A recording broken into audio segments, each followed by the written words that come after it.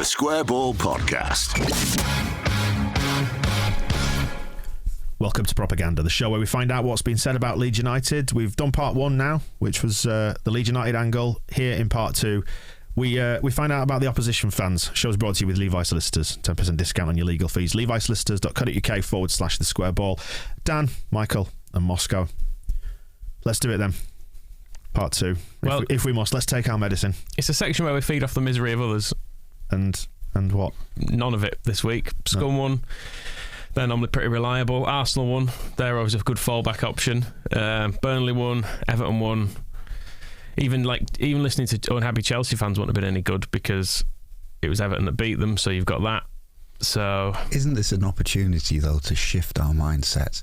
Because you can manifest the person you want to be, and really the things you've seen Jake Humphreys coming up on this sheet, haven't you? The things that you surround yourself with will influence the kind of mentality with which you attack every day. So if all you're taking in is other people's misery, I think that's going to make you a miserable person. Have you been reading The Secret? No. Have you been writing little notes to yourself like Noel Edmonds does, manifesting things? Common sense. What's that about Edmonds? He writes little notes to himself to try and make things happen. So John Ronson talks about one of his books, and he claims that he's met this woman because he'd written a note that said he wanted to find the love of his life, right? And someone who would complete him and help him get his life back on track and stuff. Yeah. And then he met this woman. Yeah, that's great. Oh, so it worked. But then John Ronson said, "Isn't that the same woman who sold her story to the Sunday People?" And he says, "Yes." And he said, "Maybe next time you should write that on the note as well, that she wouldn't then sell her story afterwards." Don't sell me out. So writing notes, yeah, that was so you've not been doing that then? No. All I'm saying is that maybe we can learn from the happiness of others instead of resenting it, as I am kind of habitually attuned to do. I hate your attitude today. Right, go on then, Michael. What we got? Ian Cheeseman, which is a great name, apart from anything else. And he's on YouTube, but he's old. But in YouTube standards, I mean, we're old by YouTube standards. Are we? We're not. Us kids. We're no kids, are we? We're not doing the. Well, you'll hear some. We'll hear some youth broadcasting later on from City Extra. Do we need to start wearing baseball caps backwards? Will that help? Like Elon Musk trying to occasionally be a young man. But yeah, Ian Cheeseman is an old man, and he's bringing a bit of history to the world of football YouTube, which is quite nice. You won't get any argument from me that Pep Guardiola is a tactical genius, but this deep-lying centre-forward or lack of centre-forward is nothing new, you know. That fellow behind me, Don Revie, legendary Leeds United manager, also played for City as part of the Revie plan, which was a deep-lying centre-forward, and that was way back in the 50s, would you believe? I heard all about it. I wasn't old enough to see it from Johnny Williamson, who was his deputy in the City squad, who I got to know very well. So, Don Revie, forerunner of what Pep does now. There's an enjoyable sort of Jack and Ori tone to his voice there. Sit down, children. I'll give you a history lesson. But I like the fact he's maybe bringing it. I mean, I'm sure no new Man City fans listen to this because they'll be like, boring, just want us to sign Haaland. don't care about this old bloke who played for us once. Sign Haaland, give me some more Haribo. Exactly. Yeah. But I thought it was quite nice to hear it being talked about. Yeah, it's they won the FA Cup playing like that, and Don Revie was the footballer of the year, and he nicked it from the Hungarians as well. But you know, it was. Do we need to explain who Don Revie is to any of our viewers? Maybe. I hope not. But yeah, it was the sort of the deep lying Revie plan. Is nice to hear that being discussed. Ian sounds like my kind of fella. And Ian's talking here to another legacy fan who's been to Elland Road in times past, and he's again contrasting to, I feel like, modern Man City fans. Just feels nice, and it feels like he's actually enjoying it. You've been to Leeds before, haven't you? Has it changed? Yeah, a lot. 70s, first time. Not a nice place to come, I must say. Not regularly attacked or whatever. That was on the terracing on the far side, terracing behind the goal, seating behind the goal.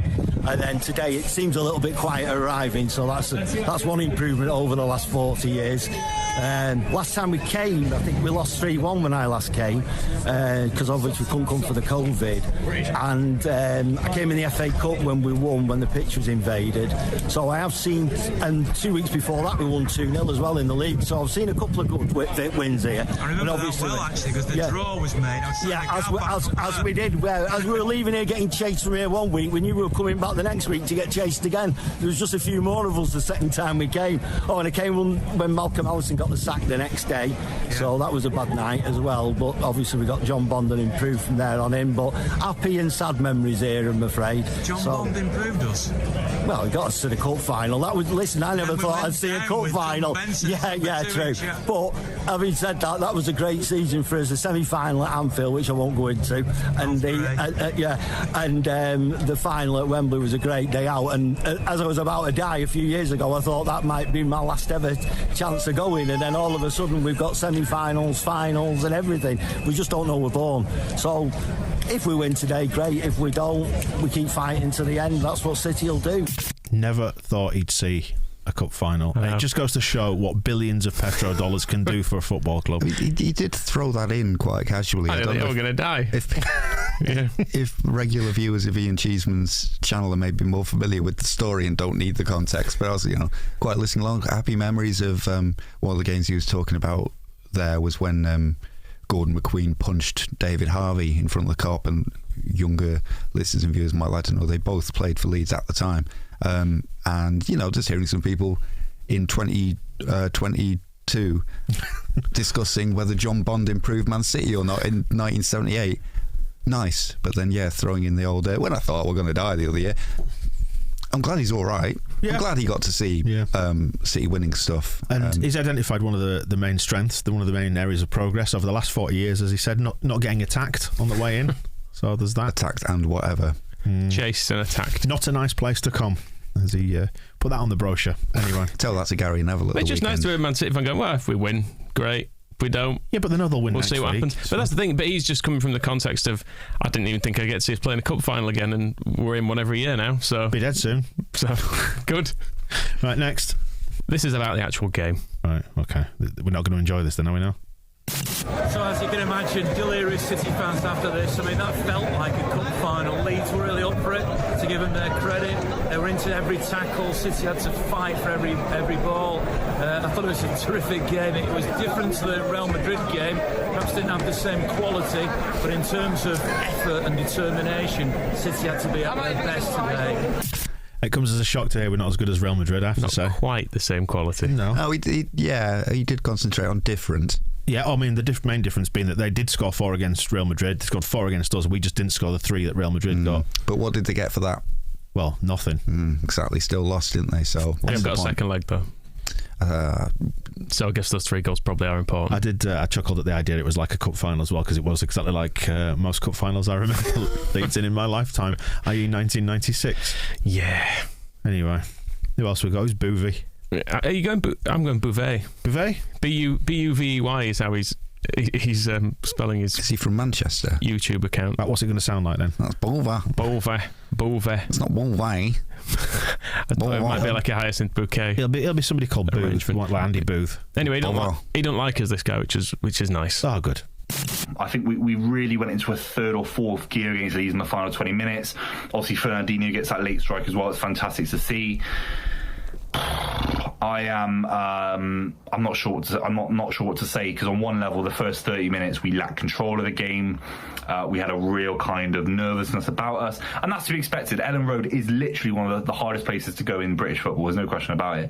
The fans today, the atmosphere was incredible. Did you see the number of games we've lost at home this season? Literally not. Literally one of the hardest places. Home wins against Watford, Burnley, Norwich and Palace this year. We have lost 8 of 17 games at home. So literally not. So get it right, we're terrible.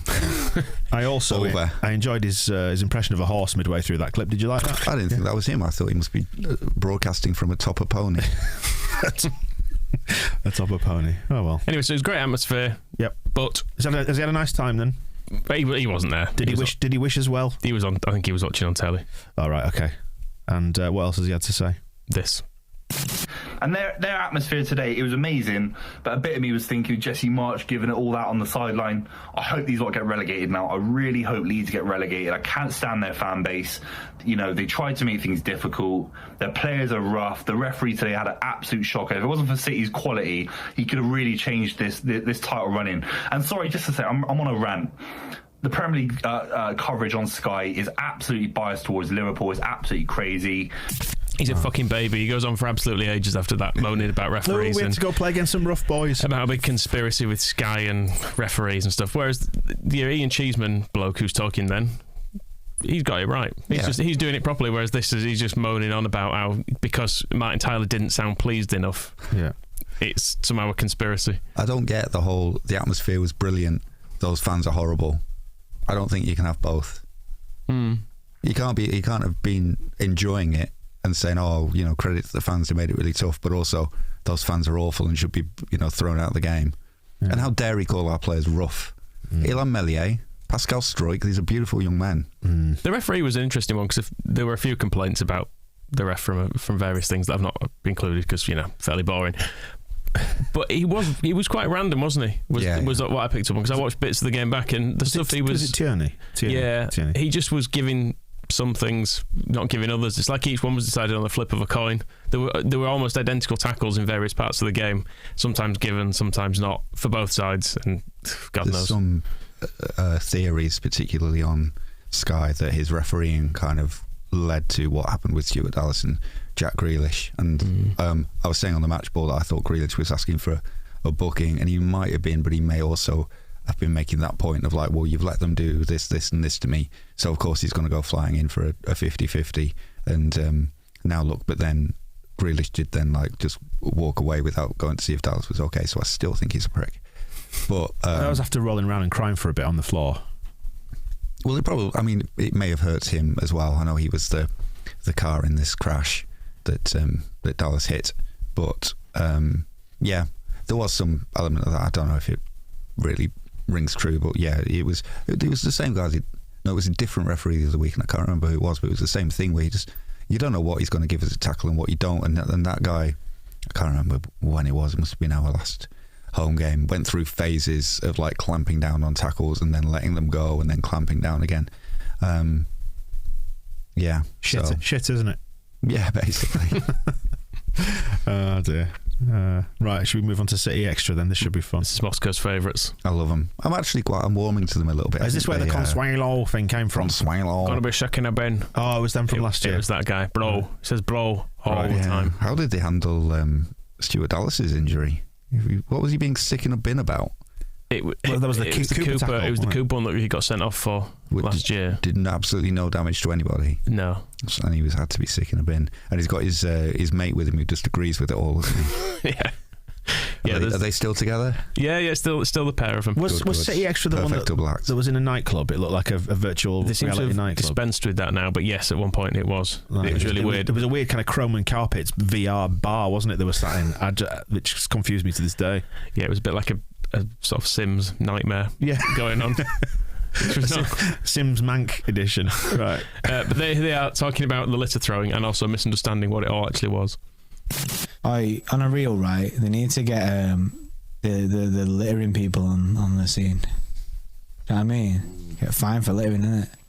Ban all these fans, innit? That's a shout, actually. Hold up a Ukrainian flag and then you're chucking it at a Ukrainian. Weird. Yeah, it's a bit weird. Just ammo, innit? They've got something in front of them, innit? Ammo? Does he mean amateur there? No, it's ammo. Ammo as ammunition. Ammunition. I thought it was some street slang. No, on a reel.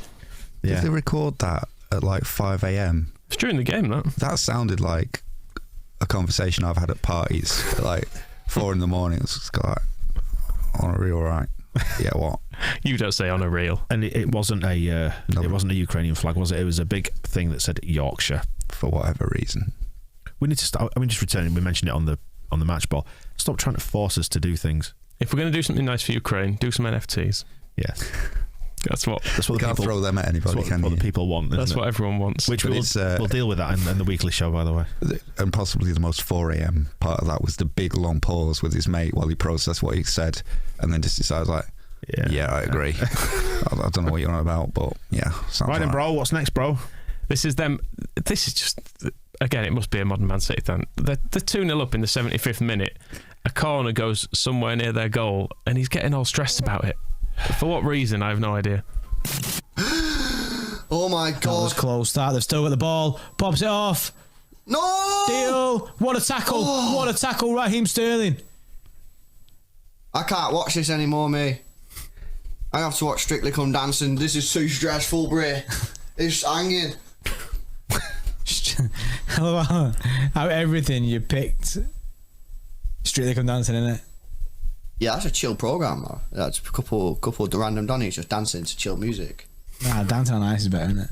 Yeah, but nah, that's not chill, because if they fall over, serious injuries, bro. You know what I mean? Yeah, true, they can be stressing it. Yeah, big stress. So, yeah, I love their relationship. 'Cause that's like the one. It's a sitcom you'd watch, isn't it? It's the one time I've heard his mate actually challenge him.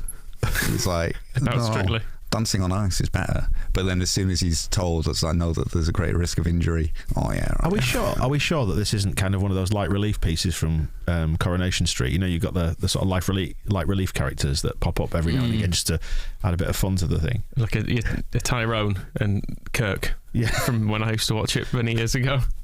Yeah. Never watched Corina, by the way. Never seen it. You can basically watch it for like 2 years and it's just the same storylines go round and round. Someone's having an affair, someone's having a baby, there's a wedding that doesn't go to plan. That's why you got to stick with Emmerdale. Just a plethora of interesting narratives just popping up. You never know what's going to happen next. They had a plane crash once, didn't they? Exactly. When's a plane crash ever happened on Coronation Street? It was like 25 years ago. The Emmerdale plane crash. Well, you don't want a plane crash every week. It's a terrible, tragic event. They had a tram crash on Corrie. That's Manchester every day, isn't it? Anyway, back to City Extra. This is when their fourth does go in, and finally he can relax, because the 3-goal cushion was obviously a real battle for him to get through I'm not towards sure the I want end. to hear him relaxing. But this is this is the confusion over our fans singing as their fourth goal goes in. And it's 4-0. 1 goal behind on the goal difference, Bree. Were the Leeds fans clapping then? Nah, that was City fans. Was it City fans that was facing like Yeah. in the background then? Oh, up there, yeah. Oh, nah, City fans are down here. No, but up there, bro. Leeds fans were clapping. I think that's having a party, bro. They're all having They're a chill. on a session here. Watch this. I don't understand half of what they're saying anymore. What is that? A variation on bro? I guess so. Well, I'm wondering if he is, because he treats him like a little brother, or he just won't pay any attention to anything he says. Like, I think the Leeds fans are celebrating. They're not. Shut up. Celebrating what? Well, that's a question for us rather than for them. I'm not surprised they were confused. I don't think it really... Can you imagine them celebrating, or at least cheering through, the 4th goal of a 4-0 defeat at the Etihad? It'd be sick. It'd be sick in a bin. They would be being sick in a bin. I don't think they even cheer a 4th goal at the Etihad when they're scoring it. Brie is a Scottish term for watery soup or broth, so I don't think he was talking about that. French cheese. Yeah, possibly. Also means eyebrow. We'll have to do some more Manc research. We'll work on that one. Right, what we got in the final clip?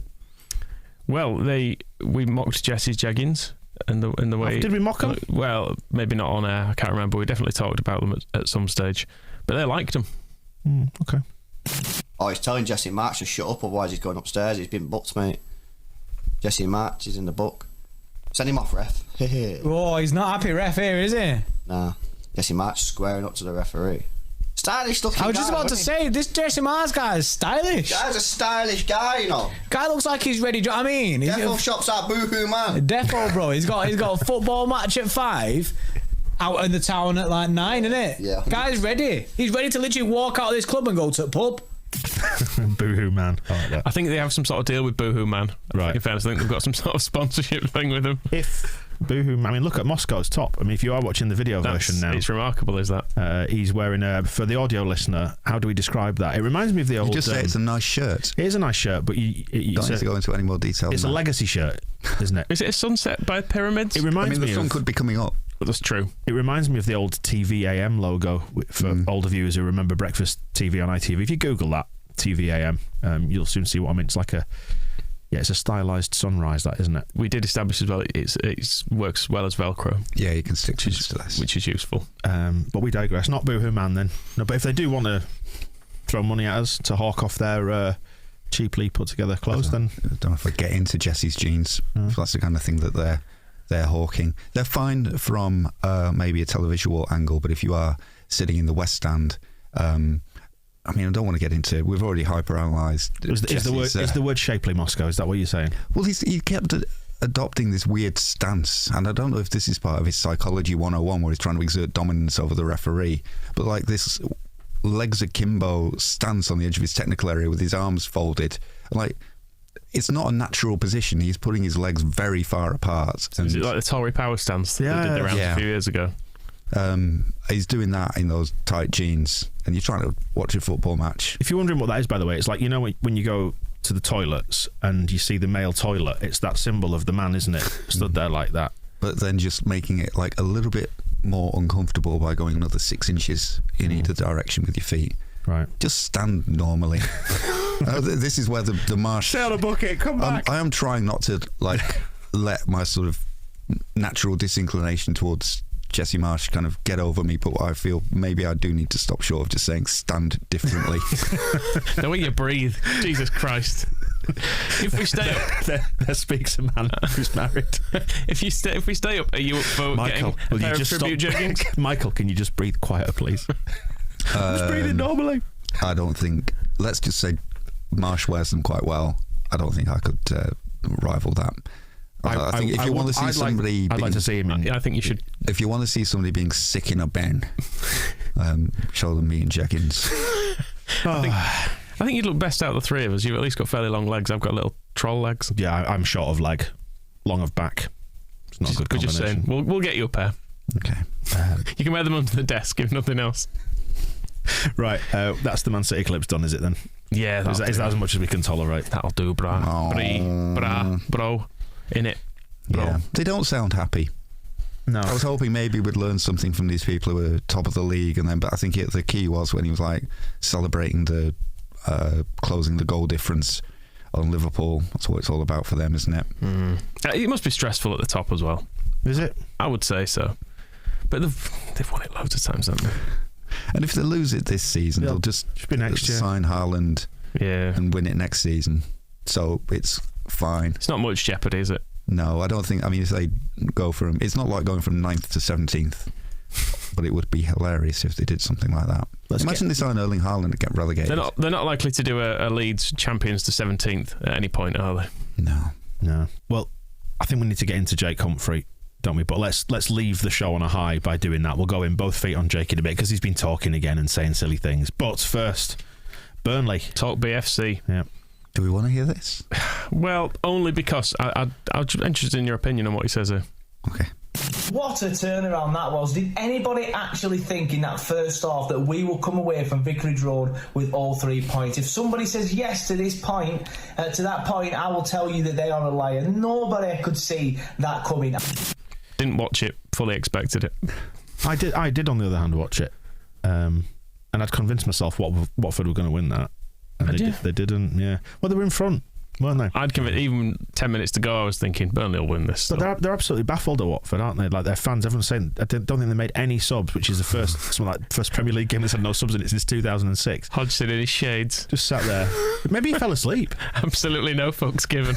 Just sat there, just didn't have a clue what was going on.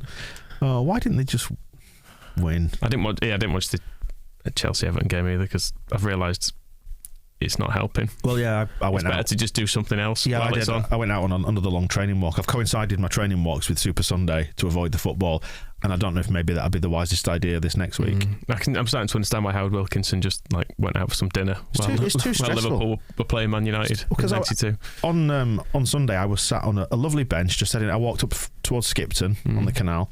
And there was a lovely bench just by a bridge, little bend in the canal. There were sheep in the fields. The landscape was open before me, and I thought, this is nice. And then I got the notification through that Everton had won. Oh well, phone in the canal. Yeah. Right then, let's get into Humphrey. This was ahead of the Newcastle game, and he's just saying basically the Saudis are a great bunch of lads, from what I can gather. As ever with this football club, there's people standing on the sidelines ready to snipe and have a bit of a pop. But at the moment, the way that they're running it is proving difficult for them, isn't it? Right. So it's difficult sniping it. Yeah, it cuts up before then because it was a clip off Twitter that it was the only version of it I could get hold of. But yeah, all the people were sniping at the way the club's run. As always at Newcastle, nobody ever snipes at Newcastle. People love Newcastle. Pre-Saudis, like the whole Mike Ashley thing, I think everybody had a lot of sympathy for them. It was like, oh yeah, that's bad. Need to get them away from him. And then Kevin Keegan era, everybody's second team. Before that, you had Kevin Keegan as a player coming and going in a helicopter. All the, Geordies are fun. Punching horses, Gaza, that was nice. Waddle, all that stuff. All that stuff. Jimmy Nail, Fog on the Time. Yeah, nobody's ever. Lindisfarne, the Gateshead Games. Of the clubs that get constant grief. Mines. Shipyards. Of the clubs that get constant grief, I would put Newcastle quite low down. Yeah, so I don't know why. Until now. But that's Jake's opening gambit there is, as always at this club, people are sniping from the sidelines. Not even as always, no. Since they got taken over by the Saudi royal family, people have been sniping from the sidelines with justifiably. People have raised justified points about how that is a bad thing to have happened. But we know he differs, though, doesn't he? He's clarified he knows this. Everybody knows this. It's just his mouth ran away with him. He says that I appreciate how this clip looks. Let me be absolutely clear, though. Eddie Howe had just left us moments before this, which is rest in peace, Eddie Howe. We're talking about him and my praise. My use of they was aimed squarely and only at him and his staff. Well, he didn't say that. That is not what he said. That's not the words that came out of his mouth. And even if they were, when does Eddie Howe get sniped at from the side? Exactly. Oh, Bournemouth relegated again, but he's doing a great job, isn't he? What he's a the most lovely vanilla guy. man in the world. Nobody hates Eddie Howe. Even that's why he's the perfect sponge for this sports washing project, because even when he's there going like, oh no, I don't want to answer any questions about that, people are like, oh well, he's only Eddie Howe, isn't he? Why should we be mean to Eddie Howe? It's nothing to do with him. He's just on the payroll. He's just there. He is just earning millions off the back of it. Don't worry about it though. Dude, he's a nice guy. Not really his fault, is it? He'll have a glass of wine with Jake Humphrey later. So none of that makes sense anyway. Anyway, I had a bit of a look down Jake's social media feeds. Moscow just upset. Can I just ask before we get into this? Is he being an unbearable twat? Well, this is the sort of thing he shares on Instagram, which is good. It's great news for us as Leeds fans, because obviously we're very worried about relegation and that sort of stuff. So he says May and June will be filled with good news. Sorry, May and June, 2 months. 2 months, yeah. So I guess it'll be signings and stuff in June. We'll be filled with good news, growth, many blessings, new experiences, healing and love. I feel like there's going to be more healing than anything else. And that's for everyone in May and June. Right. So that's good news. And literally nothing bad will happen to anybody in the world. So he's correct. For 2 months. He's put that on. Big if true. He's put that on Instagram for everybody on Instagram to read. Yep. Bloody hell. Or is it everybody in the world, or do you have to forward that to 5 people for it to happen?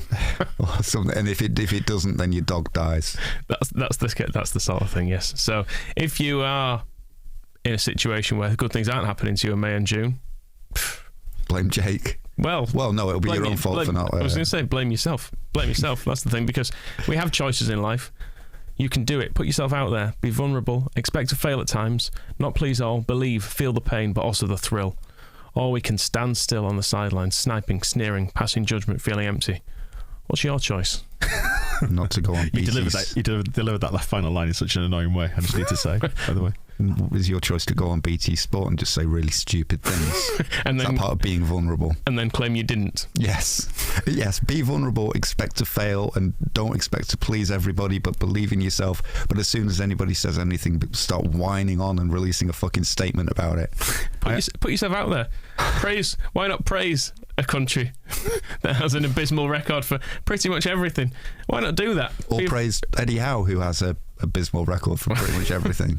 Well, he's done a remarkable job to turn it round with only £120 million spent or something in January. I do have to say, when you first started reading that out, then I thought he was channeling Ice Cube when he said, we have choices in life. You can do it. Put your back into it. And so on. Well, there we go. Is that propaganda for this week then? Yeah. Well, talk about Jake Humphrey, Moscow. I feel like you've got so much to say on him. Propaganda Extra this week, by the way, if you're TSB Plus. I've got it's not Jake, but he's kind of an equivalent of Jake, who was the guy I was mentioned last time I was forced to listen to at ITV. I bet this guy and Jake follow each other on LinkedIn. Almost certainly. Repost each other's stuff. Yeah. Great inspirational thing. Great inspirational quotes. I did notice as well, I went back to Jake's Instagram and just watched some videos, and the first one I clicked on was him talking about Nelson Mandela again. So I feel like there's a long way to go with a long road to freedom. Yes. Dear me. Well, right. If Jake really wants to be able to fully understand Nelson Mandela's experiences, could we put him in jail for a few decades? I think that would be perfectly fair. Just away from us. When he comes out, he'll be up for it. He likes an uncomfy chair. We know that much. When he comes out, he can tell everybody all about it. But hopefully by then, we'll all be dead. I'll be dead and gone, and he won't bother me anymore, and it'll be absolutely fine. I feel like that's a good arrangement. I promise to die while Jake Humphrey is in captivity. If he will just submit to giving me a few years of peace first. It's a deal, Jake. You never know if he relegates Newcastle in a future year or says something bad about the owners. Maybe it will happen to him. Who knows? They don't like a dissenting voice, do they? No. There you go then. Which is why they get Eddie Howe. That wraps it up for propaganda for this week. At least we got a laugh there. We got a laugh in the end, didn't we? Which is as Jake Humphrey would say, if you're not laughing, you're crying. Yes.